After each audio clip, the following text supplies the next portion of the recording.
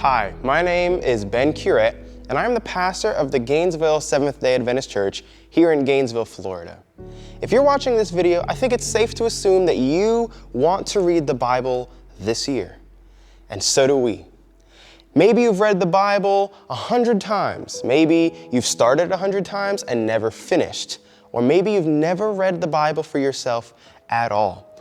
Our prayer here is that no matter who you are, that the reading of God's Word would be a blessing on your life. Please make sure to like, subscribe, hit that notification bell on this video because we are going to be posting 1 hour segment every single day until we are done. Our goal is to get this done in 72 to 73 1-hour blocks or 2.5 months. If you'd like to read along with us, we're reading out of the New Living Translation. And if we stutter or mispronounce something, I ask that you be gracious with us. With all that being said, let's jump right into it, a 1 hour segment of the reading of God's Word. Job chapter 13. Look, I have seen all this with my own eyes. I have heard it with my own ears, and now I understand. I know as much as you do, you are no better than I am. As for me, I would speak directly to the Almighty. I want to argue my case with God Himself. As for you, you smear me with lies. As physicians, you are worthless quacks. If only you could be silent. That's the wisest thing you could do. Listen to my charge. Pay attention to my arguments. Are you defending God with lies? Do you want your dishonest arguments for His sake?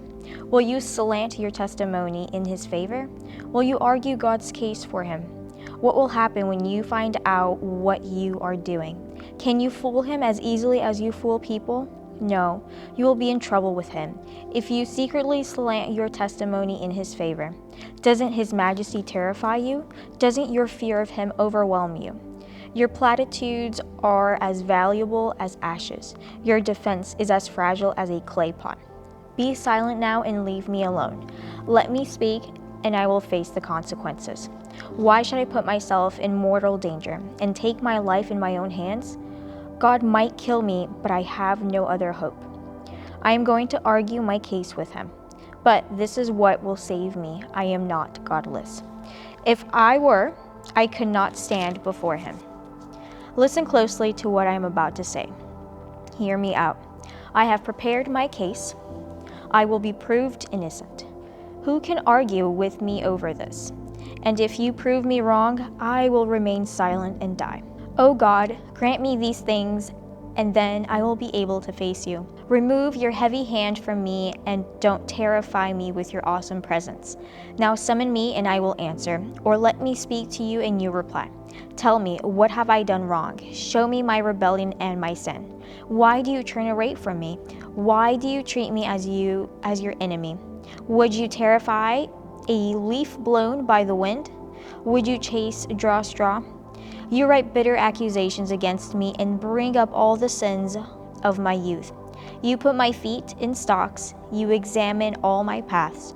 You trace all my footprints. I waste away like rotting wood, like a moth-eaten coat. Chapter 14.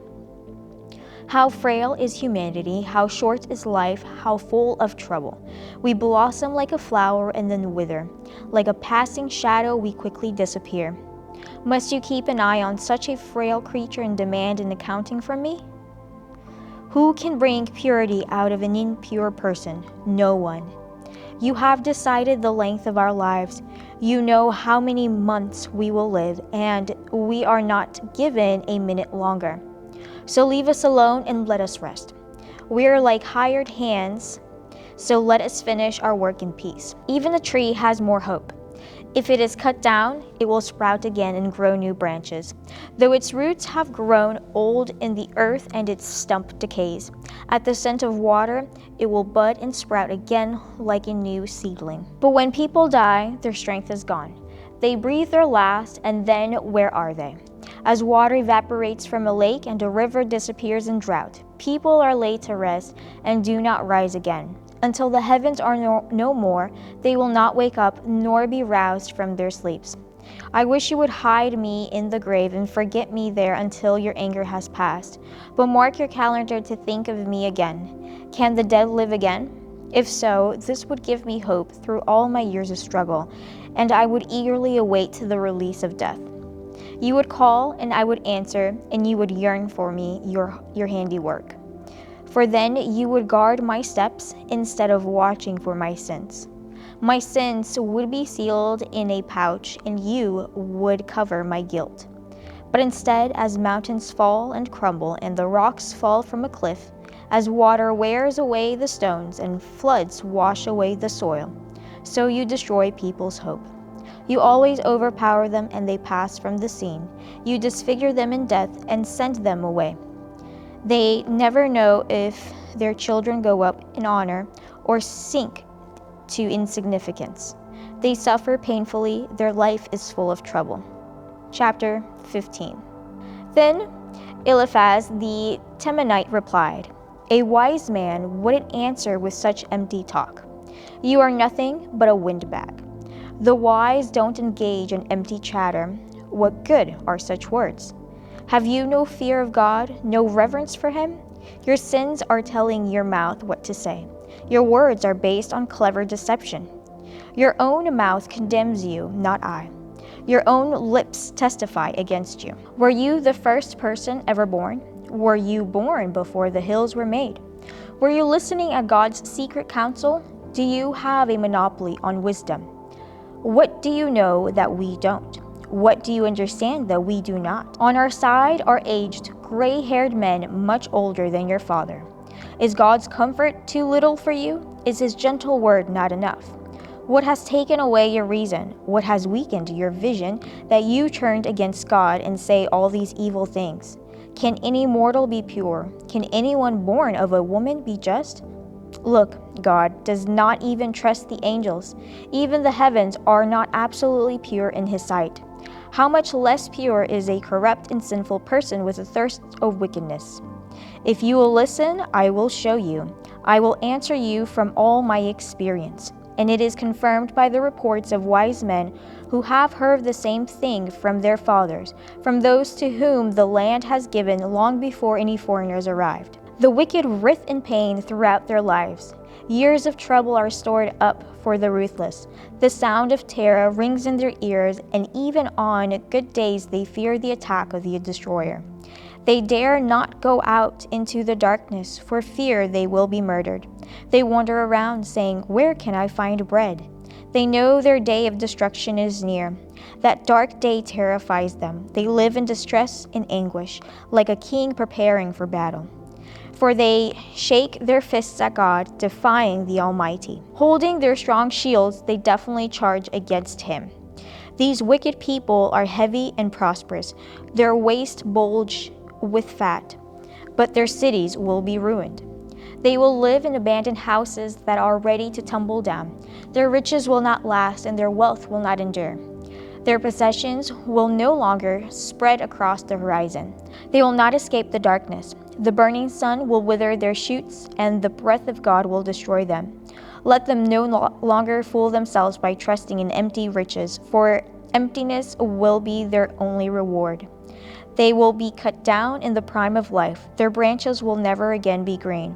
They will be like a vine whose grapes are harvested too early, like an olive tree that loses its blossom before the fruit can form. For the godless are barren, their homes enriched through bribery will burn. They conceive trouble and give birth to evil. Their womb produces deceit. Chapter 16. Then Job spoke again. I have heard all this before. What miserable comforters you are. Won't you ever stop blowing hot air? What makes you keep on talking? I could say the same things if you were in my place. I could spout off criticism and shake my head at you. But if it were me, I would encourage you. I would try to take away your grief. Instead, I suffer if I defend myself, and I suffer no less if I refuse to speak. O God, you have grounded me and devastated my family. As if to prove I have sinned, you've reduced me to skin and bones. My gaunt skin testifies against me. God hates me and angrily tears me apart. He snaps his teeth at me and pierces me with his eyes. People jeer and laugh at me. They slap my cheek in contempt. A mob gathers against me. God has handed me over to sinners. He has tossed me into the hands of the wicked. I was living quietly until he shattered me. He took me by the neck and broke me in pieces. Then he set me up at his target, and now his archers surround me. His arrows pierce me without mercy. The ground is wet with my blood. Again and again he smashes against me, charging at me like a warrior. I wear burlap to show my grief. My pride lies in the dust. My eyes are red with weeping. Dark shadows circle my eyes. Yet I have done no wrong, and my prayer is pure. On earth, do not conceal my blood. Let it cry out on my behalf. Even now, my witness is in heaven. My advocate is there on high. My friends scorn me, but I pour out my tears to God. I need someone to mediate between God and me, as a person mediates between friends. For soon I must go down that road from which I will never return. Chapter 14. My spirit is crushed and my life is nearly snuffed out. The grave is ready to receive me. I am surrounded by mockers. I watch now bitterly they taunt me. You must defend my innocence, O God, since no one else will stand up for me. You have closed their minds to understanding, but do not let them triumph. They betray their friends for their own advantage, so let their children faint with hunger. God has made a mockery of me among the people. They spit in my face. My eyes are swollen with weeping, and I am but a shadow of my former self. The virtuous are horrified when they see me. The innocent rise up against the ungodly. The righteous keep moving forward, and those with clean hands become stronger and stronger. As for all of you, come back with a better argument, though I still won't find a wise man among you. My days are over, my hopes have disappeared, my heart's desire are broken. These men say that night is day, they claim that the darkness is light. If I go to the grave and make my bed in the darkness, what if I call the grave my father and the maggot my mother or my sister? Where then is my hope? Can anyone find it? No. My hope will go down with me to the grave. We will rest together in the dust. Chapter 18. Then Bildad the Shuhite replied, How long before you stop talking? Speak sense if you want us to answer. Do you think we are mere animals? Do you think we are stupid? You may tear out your hair in anger, but will that destroy the earth? Will it make the rocks tremble? Surely the light of the wicked will be snuffed out. The sparks of their fire will not glow. The light in their tent will then grow dark. The lamp hanging above them will be quenched. The confident stride of the wicked will be shortened. Their own schemes will be their downfall. The wicked walked into a net, they fall into a pit. The trap grabs them by the heel, a snare holds them tight. A noose lies hidden on the ground, a rope is stretched across their path. Terror surrounds the wicked and trouble them at every step. Hunger depletes their strength, and calamity awaits for them to stumble. Disease eats their skin, death devours their limbs. They are torn from the security of their homes and are brought down to the king of terrors. The homes of the wicked will burn down. Burning sulfur rains on their houses. Their roots will dry up and their branches will wither. All memory of their existence will fade from the earth. No one will remember their names. They will be thrust from light into darkness, driven from the world. They will have neither children nor grandchildren, nor any survival in the place where they lived. People in the west are appalled at their fate. People in the east are horrified. They will say, This was the home of a wicked person, the place of no one who rejected God. Chapter 19. Then Job spoke again. How long will you torture me? How long will you try to crush me with your words? You have already insulted me 10 times. You should be ashamed of treating me so badly. Even if I have sinned, that is my concern, not yours. You think you're better than I am, using my humiliation as evidence of my sin. But it is God who has wronged me, capturing me in his net. I cry out, help, but no one answers me. I protest, but there is no justice. God has blocked my way so I cannot move. He has plunged my path into darkness. He has stripped me of my honor and removed the crown from my head. He has demolished me on every side, and I am finished. He has uprooted my hope like a fallen tree. His fury burns against me. He counts me as an enemy. His troops advance. They build up roads to attack me. They camp all around my tent. My relatives stay far away, and my friends have turned against me. My family is gone, and my close friends have forgotten me. My servants and maids consider me a stranger. I am like a foreigner to them. When I call my servant, he doesn't come. I have to plead with him. My breath is repulsive to my wife. I am rejected by my own family. Even young children despise me. When I stand to speak, they turn their backs on me. My close friends detest me. Those I loved have turned against me. I have been reduced to skin and bones and have escaped death by the skin of my teeth. Have mercy on me, my friends, have mercy, for the hand of God has struck me. Must you also persecute me like God does? Haven't you chewed me up enough? Oh, that my words could be recorded. Oh, that they could be inscribed on a monument, carved with an iron chisel and filled with lead, engraved forever in the rock. But as for me, I know that my Redeemer lives, and he will stand upon the earth at last. And after my body has decayed, yet in my body I will see God. I will see him for myself. Yes, I will see him with my own eyes. I am overwhelmed at that thought. How dare you go on persecuting me, saying it is his own fault? You should fear punishment yourselves, for your attitude deserves punishment. Then you will know that there is indeed a judgment. Chapter 20. Then Zophar, the Naamathite, replied, I must reply because I am greatly disturbed. I've had to endure your insults, but now my spirit prompts me to reply. Do you realize that from the beginning of time, ever since people were first placed on the earth, the triumph of the wicked have been short-lived, and the joy of the godless have been only temporary? Though the pride of the godless reaches to the heavens and their heads touch the clouds, yet they will vanish forever, thrown away like their own dung. Those who knew, they will ask, where are they? They will fade like a dream and not be found. They will vanish like a vision in the night. Those who once saw them will see them no more. Their families will never see them again. Their children will beg from the poor, for they must give back their stolen riches. Though they are young, their bones will lie in the dust. They enjoyed the sweet taste of wickedness, letting it melt under their tongue. They savored it, holding it long in their mouths. But suddenly the food in their bellies turned sour, a poisonous venom in their stomach. They will vomit the wealth they swallowed. God won't let them keep it down. They will suck the poison of cobras. The viper will kill them. They will never again enjoy streams of olive oil or rivers of milk and honey. They will give back everything they worked for. Their wealth will bring them no joy. For they oppressed the poor and left them destitute. They foreclosed on their homes. They were always greedy and never satisfied. Nothing remains of all the things they dreamed about. Nothing is left after they finished gorging themselves. Therefore, their prosperity will not endure. In the midst of plenty, they will run into trouble and be overcome by misery. May God give them a belly full of trouble. May God rain down his anger upon them. When they try to escape an iron weapon, a bronze-tipped arrow will pierce them. The arrow is pulled from their back, and the arrowhead glistens with blood.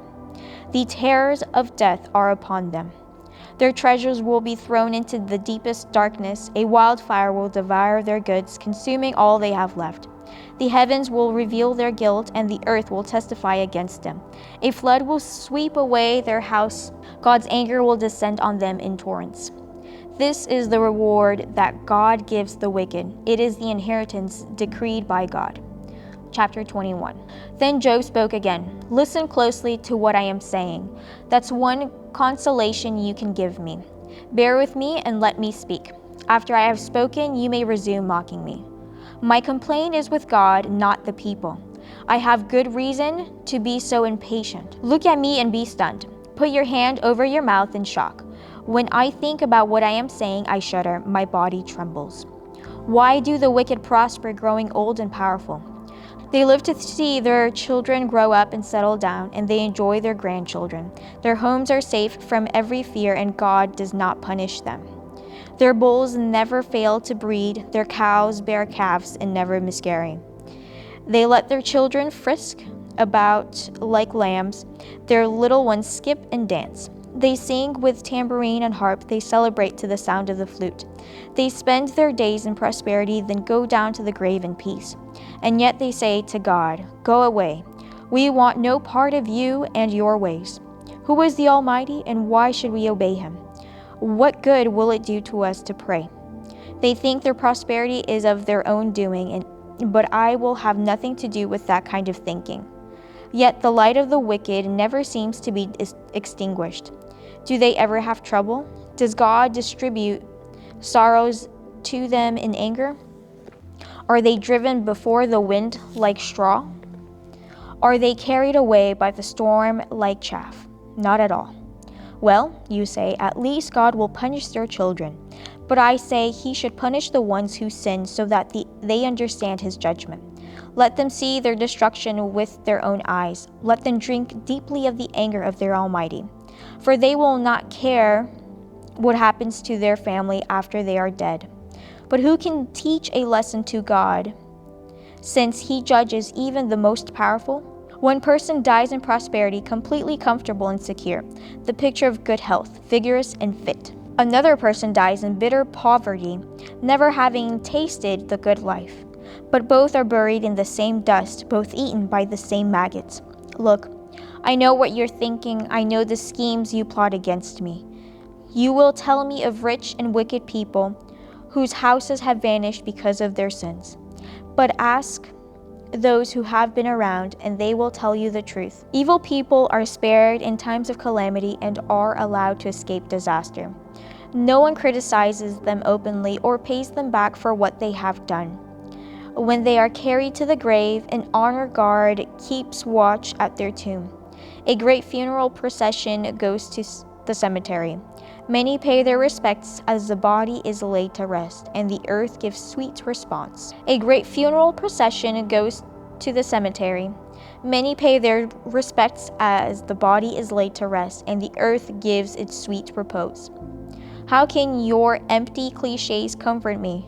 All your explanations are lies. Chapter 22. Then Eliphaz the Temanite replied, "Can a person do anything to help God? Can even a wise person be helpful to him? Is it any advantage to the Almighty if you are righteous? Would it be any given to him if you were perfect? Is it because you're so pious that he accuses you and brings judgment against you? No, it's because of your wickedness. There's no limit to your sins. For example, you must have lent money to your friend and demanded clothing as security. Yes, you stripped him to the bone. You must have refused water for the thirsty and food for the hungry.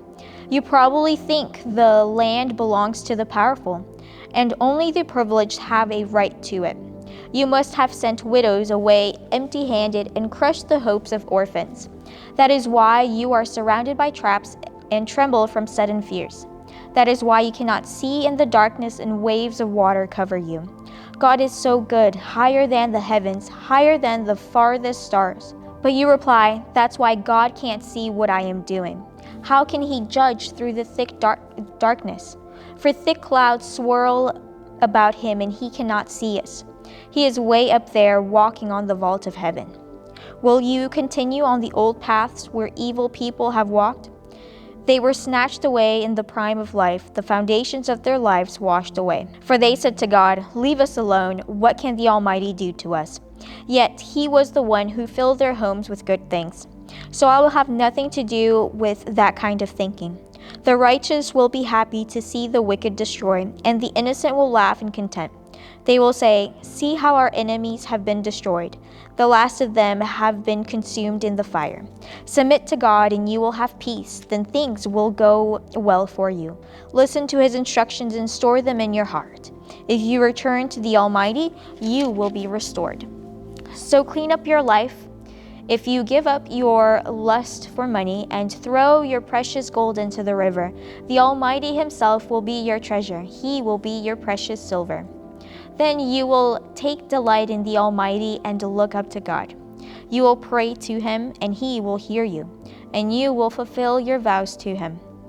You will succeed in whatever you choose to do, and light will shine on the road ahead of you. If people are in trouble and you say, help them, God will save them. Even sinners will be rescued. They will be rescued because your hands were pure. Chapter 23. Then Job spoke again. My complaint today is still a bitter one, and I try hard not to groan aloud. If only I knew where to find God, I would go to his court. I would lay out my case and present my arguments. Then I would listen to his reply and understand what he says to me. Would he use his great power to argue with me? No, he would give me a fair hearing. Honest people can reason with him, so I would be forever acquainted by my judge. I go east, but he is not there.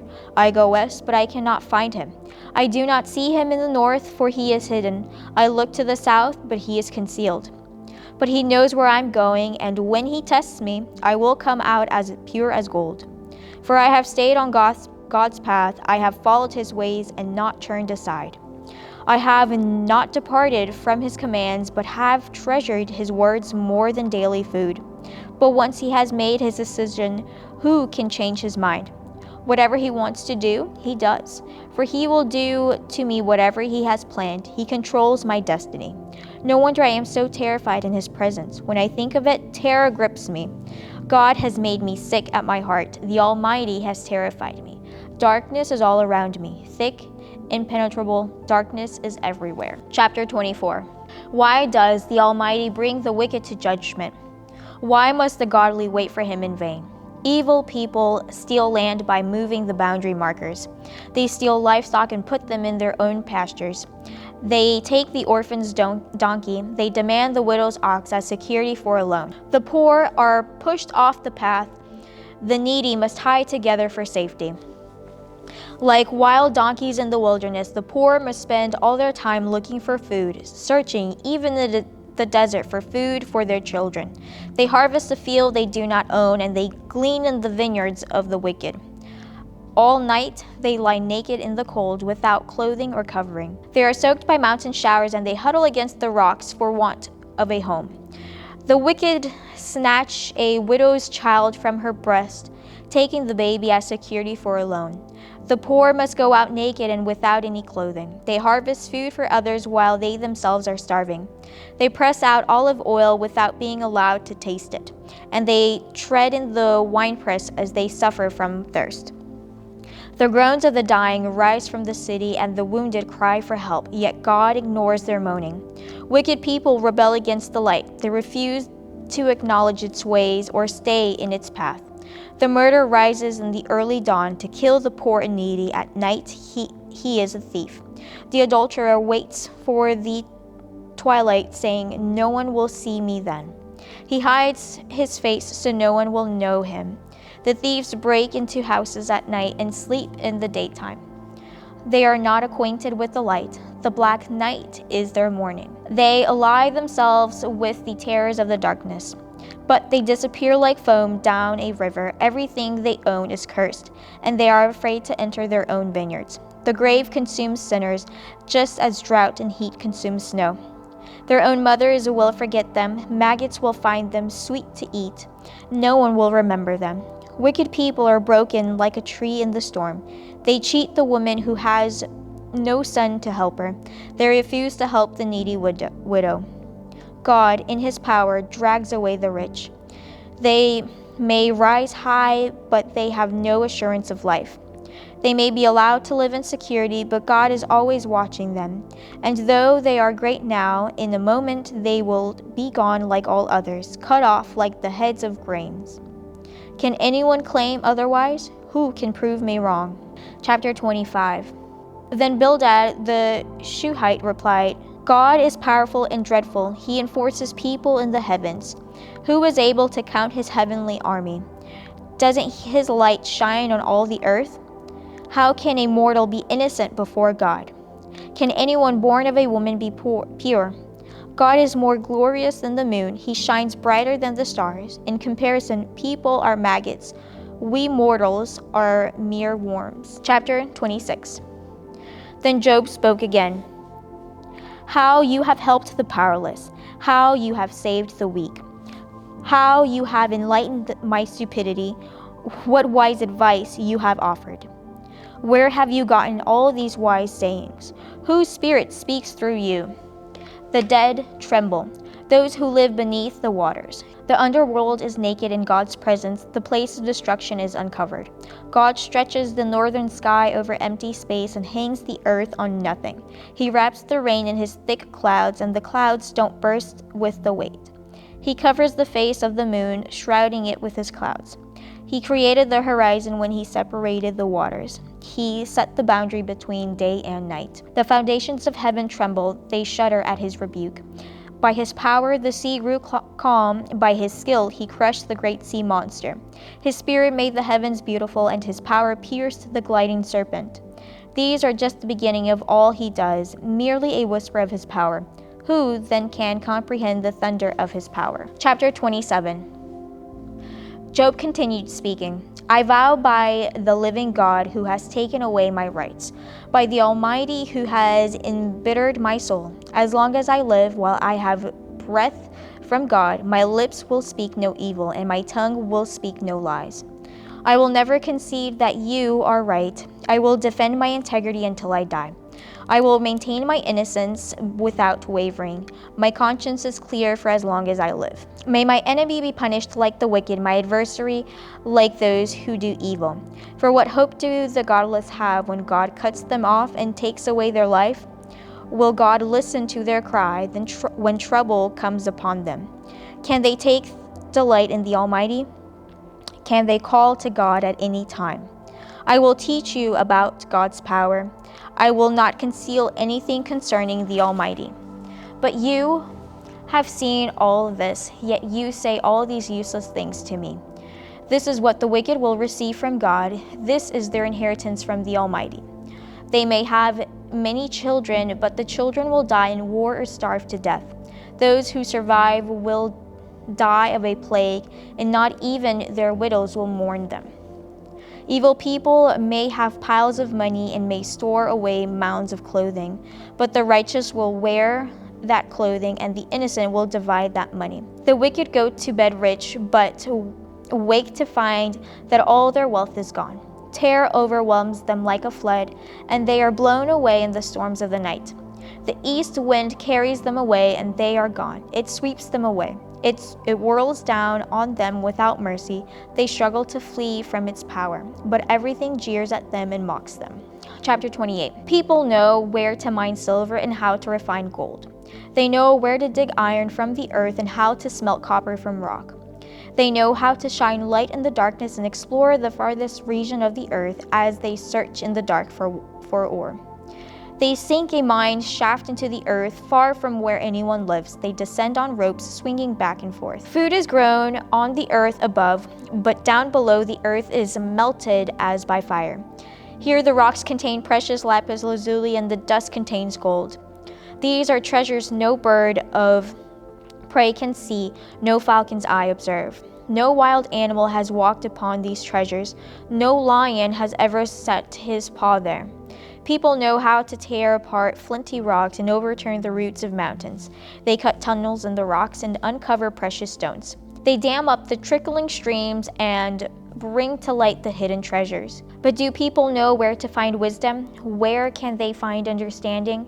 No one knows where to find it, for it is not found among the living. It is not here, says the ocean, nor is it here, says the sea. It cannot be bought with gold, it cannot be purchased with silver. It's worth more than all the gold of Ophir, greater than precious onyx or lapis lazuli. Wisdom is more valuable than gold and crystal. It cannot be purchased with jewels mounted in fine gold. Coral and jasper are worthless in trying to get it.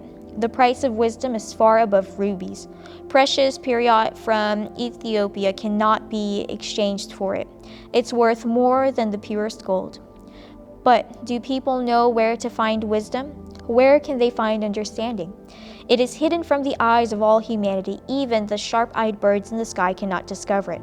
Destruction and death say, we've heard only rumors of where wisdom can be found. God alone understands the way to wisdom. He knows where it can be found.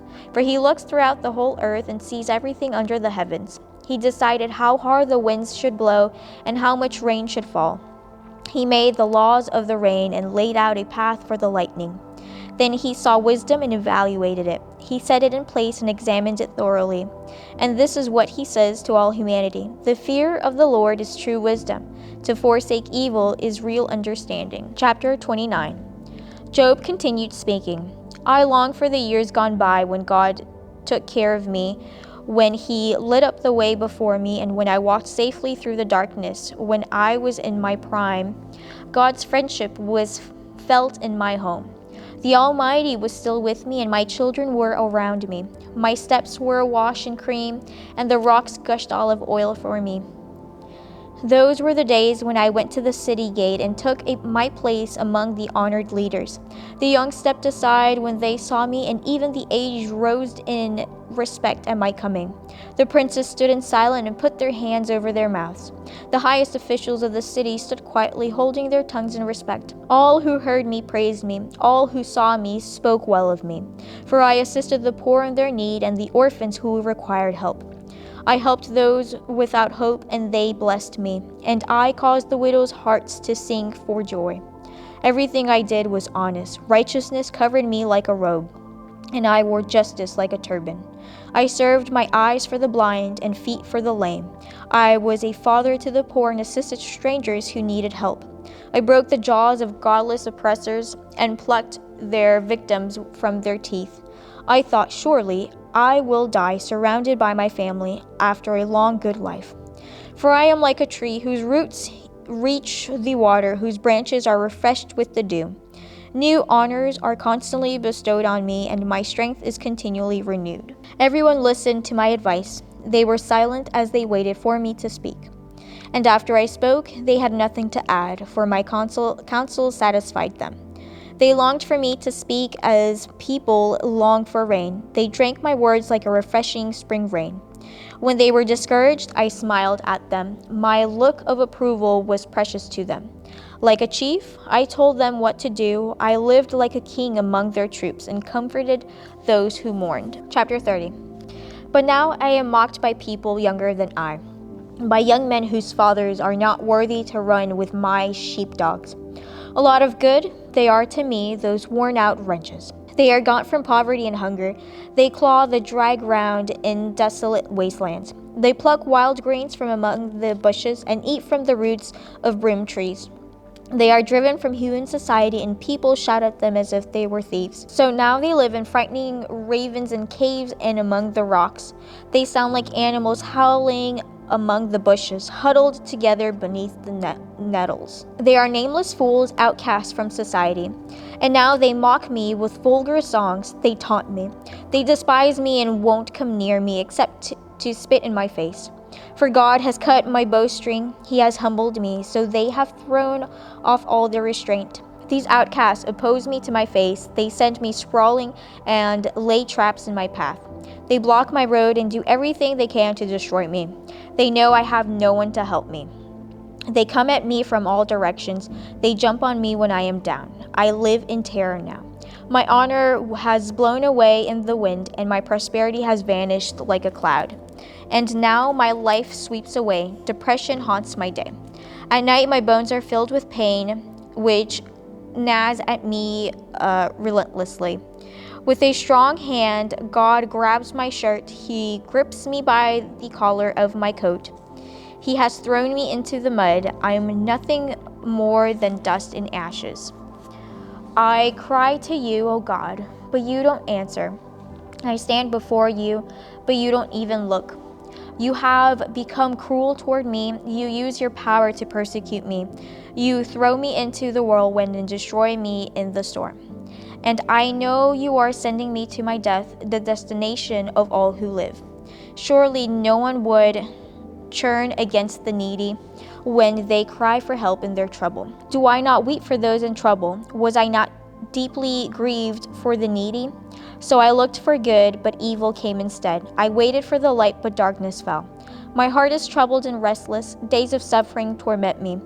I walk in gloom without sunlight. I stand in public square and cry for help. Instead, I am considered a brother to jackals and a companion to owls. My skin has turned dark, and my bones burn with fever. My harp plays sad music, and my flute accompanies with those who weep. If I raised my hand against an orphan, knowing the judges would take my side, then let my shoulder be wrenched out of place. Let my arm be torn from its socket. That would be better than facing God's judgment. For if the majesty of God opposes me, what hope is there?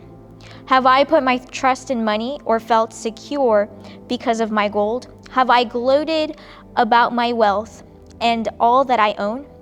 Have I looked at the sun shining in the skies or the moon walking down its silver pathway and been secretly enticed in my heart to throw kisses at them in worship? If so, I should be punished by the judges, for it would mean I had denied the God of heaven. Have I ever rejoiced when disaster struck my enemies, or become excited when harm came their way? No, I have never sinned by cursing anyone or by asking for revenge. My servants have never said, "He let others go hungry." I have never turned away a stranger, but have opened my doors to everyone. Have I tried to hide my sins like other people do, concealing my guilt in my heart? Have I feared the crowd or the contempt of the masses, so that I keep quiet and stay indoors? If only someone would listen to me. Look, I will sign my name to my defense. Let the Almighty answer me. Let my accuser write out the charges against me. I would face the accusation proudly. I would wear it like a crown, for I would tell them exactly what I have done. I would come before him like a prince. If my land accuses me and all its furrows cry out together, or if I have stolen its crops or murdered its owners, then let thistles grow on the land instead of wheat, and weeds instead of barley. Chapter 32. Job's 3 friends refused to reply further to him because he kept insisting on his innocence. Then Elihu, son of Raquel the Buzite, of the clan of Ram, became angry. He was angry because Job refused to admit that he had sinned and that God was right in punishing him. He was also angry with Job's 3 friends, for they made God appear to be wrong by their inability to answer Job's argument. Elihu had waited for the others to speak to Job because they were older than he. But when he saw that they had no further reply, he spoke out angrily. Elihu, son of Raquel the Buzite, said, "I am young and you are old, so I held back from telling you what I think. I thought those who are older should speak, for wisdom comes with age, but there is a spirit within people, the breath of the Almighty within them that makes them intelligent. Sometimes the elders are not wise, sometimes the aged do not understand justice. So listen to me and let me tell you what I think. I have waited all this time, listening very carefully to your arguments, listening to your grope of words. I have listened, but not one of you have refused Job or answered his arguments. And do not tell me he is too wise for us. Only God can convince him. If Job had been arguing with me, I would not answer with your kind of logic. You sit there baffled with nothing more to say. Should I continue to wait now that you are silent? Must I also remain silent? No, I will say my piece. I will speak my mind, for I am full of pent-up words, and the spirit within me urges me on. I am like a cask of wine without a vent, like a new wineskin ready to burst. I must speak to find relief, so let me give my answers. I won't play favorites or try to flatter anyone, for if I try flattery, my Creator will soon destroy me. Chapter 33. Listen to my words, Job. Pay attention to what I have to say. Now that I have begun to speak, let me continue. I speak with my sincerity, I speak the truth, for the Spirit of God has made me, and the breath of the Almighty gives me life. Answer me if you can. Make your case and take your stand. Look, you and I both belong to God. I, too, was formed from clay. So you don't need to be afraid of me. I won't come down hard on you. You have spoken in my hearing and I have heard your very words. You said, I am pure, I am without sin, I am innocent, I have no guilt. God is picking a quarrel with me, and he considers me his enemy. He puts my feet in the rocks and watches my every move. But you are wrong, and I will show you why. For God is greater than any human being, so why are you bringing a charge against him? Why say he does not respond to people's complaints? For God speaks again and again, though people do not recognize it. He speaks in dreams, in visions of the night, when deep sleep falls on people as they lie in their beds. He whispers in their ears and terrifies them with warnings. He makes them turn from doing wrong. He keeps them from pride. He protects them from the grave, from crossing over the river of death. Our God disciplines people with pain on their sickbeds, with ceaseless aching in their bones. They lose their appetite for even the most delicious food. Their flesh wastes away and their bones stick out. They are at the death's door. The angels of death await for them. But if an angel from heaven appears, a special messenger to intercede for a person and declare that he is upright, he will be gracious and say, rescue him from the grave, for I have found a ransom for his life. Then his body will become as healthy as a child's, firm and youthful again. When he prays to God, he will be accepted, and God will receive him with joy and restore him to good standing. He will declare to his friends, I sinned and twisted the truth, but it was not worth it. God rescued me from the grave, and now my life is filled with light. Yes, God does these things again and again for people. He rescues them from the grave so they may enjoy the light of life. Mark this well, Job. Listen to me, for I have more to say. But if you have anything to say, go ahead. Speak, for I am anxious to see you justified. But if not, then listen to me. Keep silent, and I will teach you wisdom.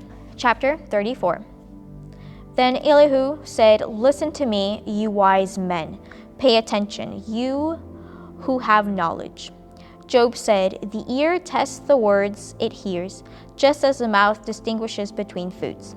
So let us discern for ourselves what is right. Let us learn together what is good. For Job also said, I am innocent, but God has taken away my rights. I am innocent, but they call me a liar. My suffering is incurable, though I have not sinned. Tell me, has there ever been a man like Job with this thirst for irreverent talk? He chose evil people as companions. He spends his time with wicked men. He has even said, why waste time trying to please God? Listen to me, you who have understanding. Everyone knows that God doesn't sin. The Almighty can do no wrong. He repays people according to their deeds. He treats people as they deserve. Truly, God will not do wrong. The Almighty will not twist justice. Did someone else put the world in his care? Who set the whole world in place? If God were to take back his spirit and withdraw his breath, all life would cease and humanity would turn again to dust. Now listen to me if you are wise. Pay attention to what I say. Could God govern if he hated justice? Are you going to condemn the Almighty Judge? For he says to kings, you are wicked, and to nobles, you are unjust. He doesn't care how great a person may be, and he pays no more attention to the rich than to the poor. He made them all. In a moment they die. In the middle of the night they pass away. The mighty are removed without human hand. For God watches how people live, and he sees everything they do. No darkness is thick enough to hide the wicked from his eyes. We don't see the time when we will come before God in judgment. He brings the mighty to ruin without asking anyone, and he sets up others in their place. He knows what to do, and in the night he overturns and destroys them. He strikes them down because they are wicked, doing it openly for all to see. For they turned away from following him. They have no respect for any of his ways. They cause the poor to cry out, catching God's attention. He hears the cry of the needy. But if he chooses to remain quiet, who can criticize him? When he hides his face, no one can find him, whether in an individual or a nation. He prevents the godless from ruling, so they cannot be a snare to the people. Why don't people say to God, I have sinned, but I will sin no more? Or I don't know what evil I have done. Tell me, if I have done wrong, I will stop at once. Must God tailor his justice to his demands? But you have rejected him. The choice is yours, not mine. Go ahead, share your wisdom with us. After all, bright people will tell me, and wise people will hear me say, Job speaks out of ignorance, his words lack insight. Job, you deserve the maximum penalty for the wicked way you have talked. For you have added rebellion to your sin, and show no respect, and you speak many angry words against God. Chapter 35.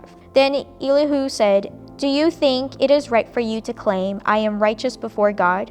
For you also ask, What's in it for me? What's the use of living a righteous life? I will answer you and all your friends too. Look up into the sky and see the clouds high above you. If you sin, how does that affect God? Even if you sin again and again, what effect will it have on Him? If you are good, is this some great gift to Him? What could you possibly give Him? No. Your sins affect only people like yourself, and your good deeds also affect only humans. People cry out when they are oppressed. They groan beneath the power of the mighty. Yet they don't ask, Where is God my Creator, the one who gives songs in the night? Where is the one who makes us smarter than the animals and wiser than the birds in the sky? And when they cry out, God does not answer because of their pride.